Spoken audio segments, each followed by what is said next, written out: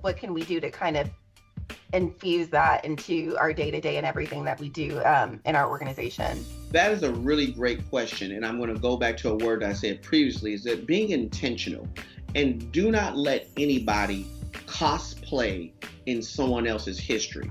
What I mean by that is that oftentimes when someone is trying to celebrate someone's history, they do it in a disingenuous manner that does not sound real and does not feel real. Like for me, I know that the space that I'm in currently with you all is real because I see who's on the call. I see people that look like my best friends from high school. I see people that look like my mother. I see people that look like, good friends along the way. It's a diverse group. Therefore, I know that the work is being intentional. I think that the push is going to be being very intentional in using the products at Molson Coors to market and tell unique stories along the way. Don't just stop when Juneteenth hits, but it has to be something that we see all the rest of the month as well too. This cannot be a seasonal feel. And when it feels seasonal, it feels disingenuous because it sounds like what you're doing it's kind of like when it's Christmas time. All right, bring out Santa, bring out the trees. Oh, it's Valentine's Day. Where's the red and pink balloons? No, okay, it's Black History Month, or it's Juneteenth. All right, bring out that Dr. King poster and the Malcolm X poster. All right, we're great. When I see it, and once again, being inside the African American community, we know that it's intentional when we see it when it's just not June. And I think that that's going to be the major move for any Fortune 500 company, is that don't let these 30-some days in June be the only time that the iron strikes hot. Let it strike throughout the year. I overheard you all talking about what do you all's engagement look like during HBCUs, inside the community of HBCUs.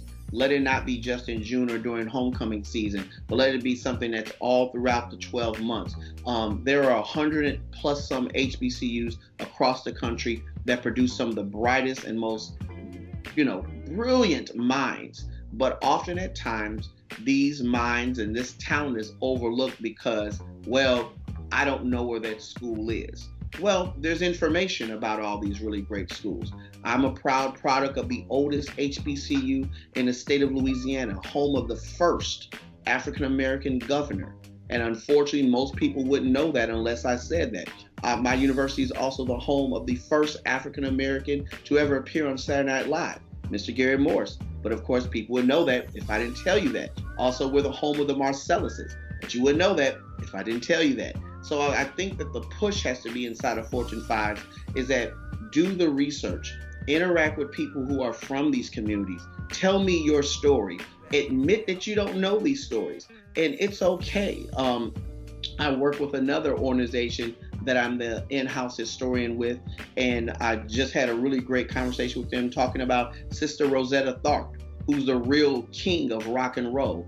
And when inside those conversations, he was able to say, I didn't know that, but I'm brave enough to admit that I didn't know that, and I'm brave enough to talk to the right people about it. So I think that the push is being intentional, going after that information, and just having a pinch of humility of understanding this is things that I need to know if I'm going to really tell a real full story inside of marketing.